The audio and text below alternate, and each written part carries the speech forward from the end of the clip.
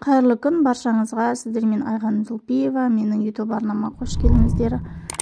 Арнама тіркеліп, қоңырау шамның белгісін басуды ұмытпаңыздар, және видеоның соңына дейін қарап, жақындарыңызбен, достарыңызбен бөлісе отырыңыздар. Қазақша YouTube арнаның дамуына атсалысайық. Комментарий бөліміне өз пікірлеріңізді қалдырсаңыздар да болады. Бұл мен үшін өте маңызды. Бүгін сіздермен 7-ші сынып химия 1-90 ТЖБ жауаптарының тапсырмаларымен бөлісетін боламын. Бірінші тапсырмада иә деп жауап бересіздер. Екіншіде А және Д варианттары дұрыс. Темір магнитпен тартылатын металл. Д варианты балықтар суда еріген оттегімен тыныс алады. Үшінші қауіпсіздік белгілері, белгі тобының атауы, белгілі мазмұны. Осы кестені толтыратын боламыз.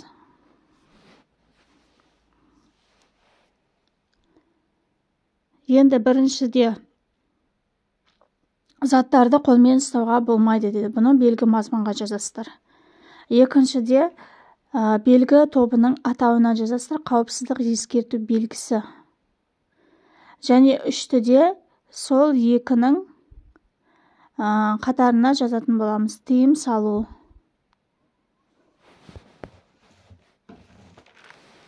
Тыйым салу.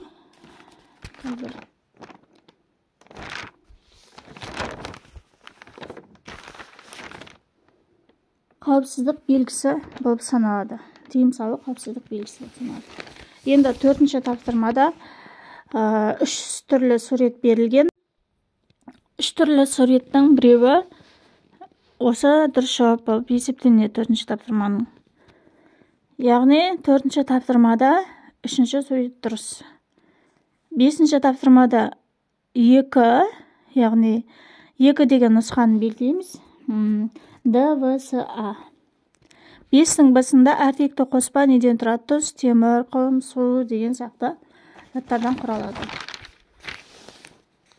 Ал біртекті қоспа ол тұз, қосылған тұзға суды қоссақ пайда болады. Енді келесі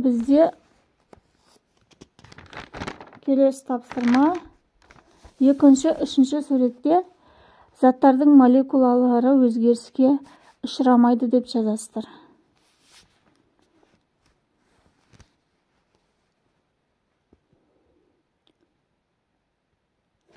Бірінші суретте бір заттан екінші бір зат түзіледі деп жазасыздар.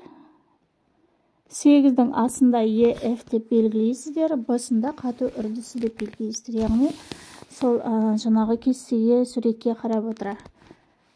С-да температура төмендеген сайын бөлшектердің кинетикалық энергиясы азайып, баяу қозғала бастайды.